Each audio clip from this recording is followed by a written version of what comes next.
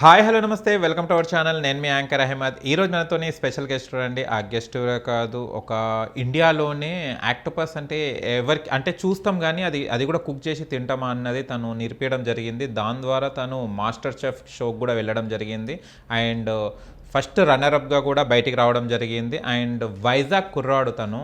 మా వైజాగ్లోనే ఒక మంచి పేరు తెచ్చుకున్నాడు. ఇప్పుడు భోజనం మందిర్ అనే ఛానల్ని కూడా స్థాపించడం జరిగింది. ఆయన మంచి మంచి ఇంటర్వ్యూస్ కూడా చేస్తున్నాడు, కుక్ చేసుకుంటూ మాట్లాడి ఈ రకమైన టాలెంట్ కూడా ఉందని కూడా ఇప్పుడు అబ్బాయిలో తెలుసుకోవచ్చు. తనేనండి మన శ్యామ్ చెఫ్ గారు మనతో ఉన్నారు. అండ్ తను ఈ మధ్యలో చాలా ప్రమోషన్స్ కూడా చేస్తున్నారు, చాలా బిజీ అయిపోయారు. ఈరోజు స్టూడియోలో ఉన్నాను. అప్పుడు మాస్టర్ చెఫ్కి వెళ్ళొచ్చిన తర్వాత తన లైఫ్ ఎలా ఉంది ఇప్పుడు మన ఇంటర్వ్యూ అడిగి తెలుసుకుందాం.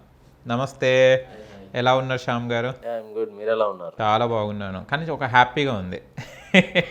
ఒకప్పుడు వైజాగ్ బీచ్లో కుక్ చేసే అబ్బాయి ఇలా భోజనం మందిర్ అనే ఛానల్తోని సెలబ్రిటీస్తోని కుక్ చేసుకుంటా చేయడం అనేది really appreciative. Thank you so much. ఇది ప్రతిదీ ఏది ప్లాన్ చేయలేదు. అక్కడ అసలు మాస్టర్ షెఫ్కి అనే ఒక ప్లేస్ ఏదైతే ప్లాట్ఫామ్ వచ్చిందో అది నేను అన్ఎక్స్పెక్టెడ్గా ఎలా వచ్చిందో ఆ తర్వాత జరిగే ప్రతిదీ కూడా అన్ఎక్స్పెక్టెడ్గానే జరుగుతుంది. ఓకే, హైదరాబాద్ వచ్చింది జాబ్ గురించి, but unexpectedly job to studio పెట్టాల్సి వచ్చింది. అంతా సడన్ సర్ప్రైజ్ నాకు కూడా. కానీ హ్యాపీగా ఉంది, ఎందుకంటే మీరు అసలు అనుకోలేదు, ఏది కూడా అన్నీ సడన్ ప్లాన్ చేసి చేయలేదు, బట్ జరుగుతుందని మాత్రం ఓకే ఇట్లా చేస్తే బాగుంటుంది అని చెప్పి ప్లాన్ చేస్తున్నాం. ఓకే, రన్నింగ్ లో ప్లాన్ చేస్తుంది, బిఫోర్ ప్లాన్ చేసి రాలేదు. అంటే వైజాగ్లో ఓన్లీ మన సీ ఫుడ్స్ అవి చేసుకుంటూ ఉండేవారు. అంటే నార్మల్గా కుక్ చేసేటప్పుడు ఆక్టోపస్ మీద ఎందుకు పడ్డది మీ దృష్టి? అదే నేను చాలాసార్లు చెప్పాను. అవును, ఇప్పుడు ఏంటంటే అందరిలాగా నేను చేస్తే నాకంటూ గుర్తింపు రావడం కష్టం అవుతుంది. కొంచెం డిఫరెంట్గా చేయాలి. అండ్ ఆక్టోపస్ అనేది మన ఇండియాలో తినడం రేరు. బయట కంట్రీస్లో మనం చూస్తూ ఉంటాం, ఆసియన్ కంట్రీస్లో కానీ వెస్టర్న్ కంట్రీస్లో కానీ వాళ్ళు ఆక్టోపస్ తింటూ ఉంటారు. ఓకే, చాలా డిషెస్ ఉన్నాయి కూడా, తందూరి ఆక్టోపస్ అంటూ బయట చాలా ఉన్నాయి. అది మనం ఎందుకు తినకూడదు, మన దగ్గర కూడా దొరుకుతుంది కదా. సో మన Indian touch, Indian flavours add చేసి చేద్దామని చెప్పి అప్పుడు అనుకున్నాను. బాగుంటుందా అండి ఆక్టోపస్? చాలా బాగుంటుంది. పర్ఫెక్ట్గా కుక్ చేస్తే దానంత టేస్ట్ దేనికి రాదు. అవునా? అంటే టేస్ట్ ఎలా ఉంటుంది? ఫిష్ లాగా ఉంటుందా? ఎలా ఉంటుంది అది? ఫిష్ లాగా. మీరు ఎప్పుడైనా బోటీ తింటారు కదా? బోటీ తిన్నా. ఓకే ఓకే ఓకే, బోటీ టైంలోనే మనకు వెయిన్స్ ఉంటాయి కదా, ఇది సాఫ్ట్గా టెండర్గా చాలా బాగుంటుంది. సాఫ్ట్గా డెలిషియస్గా చాలా బాగుంటుంది. లైక్ సీ ఫుడ్ లాగా మీకు రెగ్యులర్ ఫిష్ లాగా, ప్రాన్ లాగా, క్రాబ్ లాగా ఉండదు. ఓకే, టేస్ట్ చాలా బాగుంటుంది.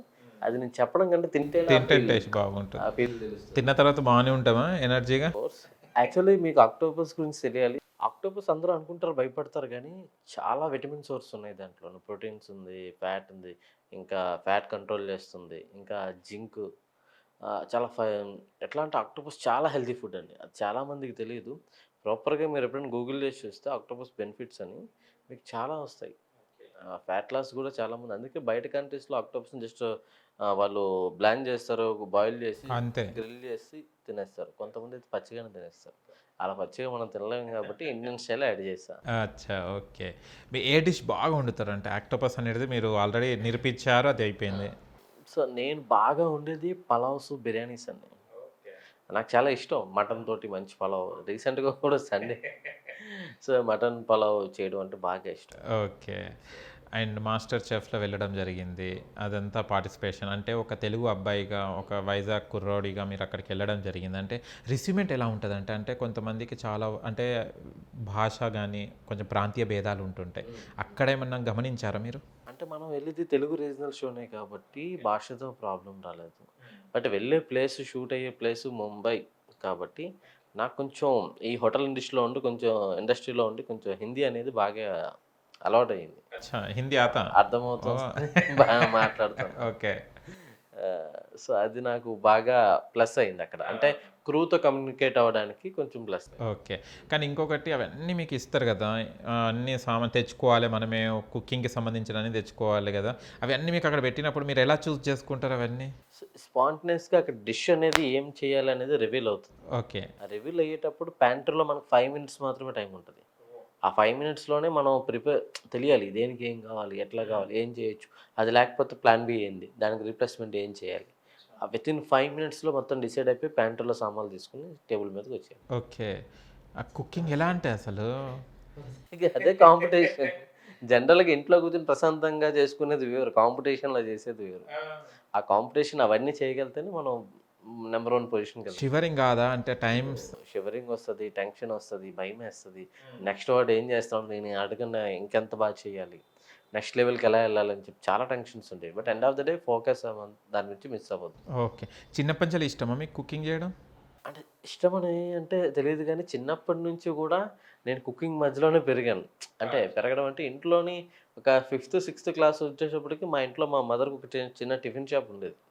అంటే మీరు ఊర్లో విలేజ్‌లో ఎలా ఉంటాయి? ఇంట్లోనే టిఫిన్ వండేసి పక్క వాళ్ళందరికీ అమ్ముతా ఉంటారు. సో, ఆ టైం నుంచే నేను ఇడ్లీలు వేయడం, దోస వేయడం, చట్నీలు చేయడం, రుబ్బడం లాంటి హెల్ప్ చేస్తుండేవాడిని. ఓకే. అక్కడి నుంచి నాకు తెలియకుండానే నాలో కుకింగ్ అనేది స్టార్ట్ అయిపోయింది. ఆ తర్వాత ఇంకా కుకింగ్ చేయాల్సొస్తూ తనని ప్యాషన్‌గా చేసుకుంటూ ఇంట్రెస్ట్ ఇంకా ఎక్కువైపోయి దాంతో లవ్‌లో పడిపోయాను. ఓహో! ఫుడ్ లవ్‌లా. ఫుడ్ లవ్‌లో. ఓకే. కానీ కుకింగ్ చేసే వాళ్ళకి వేరే వాళ్ళు కుక్ చేసింది నచ్చదు. అది మీకు గూడా ఉందా హాబిట్? లేదు. అలా అని ఏం లేదు నాకు. నాకు నచ్చుతది. వేరే వాళ్ళు చేస్తే డెఫినెట్‌లీ చేస్తాను. అరే! ఇది చాలా చేశాడు కదా! మనం ఇలా ఎలా చేయొచ్చని ఆలోచిస్తాను. ఓకే.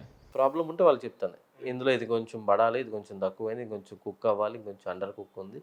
ఇవన్నీ చెప్తా. ఒకవేళ ఏదైనా మార్చుకోవాలి బాగుందనుకో మనసులో అనుకుంటా. యమ్మ! చాలా చేశాడు కదా! ఇలా ఎలా మనం చేయొచ్చు అని చెప్పి 2, 3 ముద్దలు ఎక్స్‌ట్రా తిని ఒక అర్థం చేసుకొని అది మళ్ళీ చేయడానికి ట్రై చేస్తాం. అండ్ వాళ్ళకి కూడా చెప్తాను. చాలా బాగుంది. కీప్ ఇట్ అప్ అని కూడా చెప్తాను. సో, అది అనేది ఉంటది. ఎందుకంటే మనం అపోజిట్‌లోది తింటే అంటే వేరే వాళ్ళు చేసేది తింటేనే కదా మనకు అది ప్లస్సో, మైనస్సో అని తెలుస్తది. బాలేనప్పుడు బాలేదని చెప్పాలి. బాగుందన్నప్పుడు పొగడాలి. వాడు హ్యాపీ ఫీల్ అవుతారు. కానీ చాలా రెసిపీస్ చేస్తారు గదా! అసలు ఎలా వస్తాయండి? అంటే ఆ టేస్ట్ గాని, అది చేయాలన్నది ఎలా? సీ మీరు ఇంటర్వ్యూస్ చాలా మందికి చేస్తారు. మీరు మాట్లాడే విధానం లేదంటే చేసే కెమెరా ఫేసింగ్ ఇవన్నీ మీకు అలవాటయిపోయి ఓకే.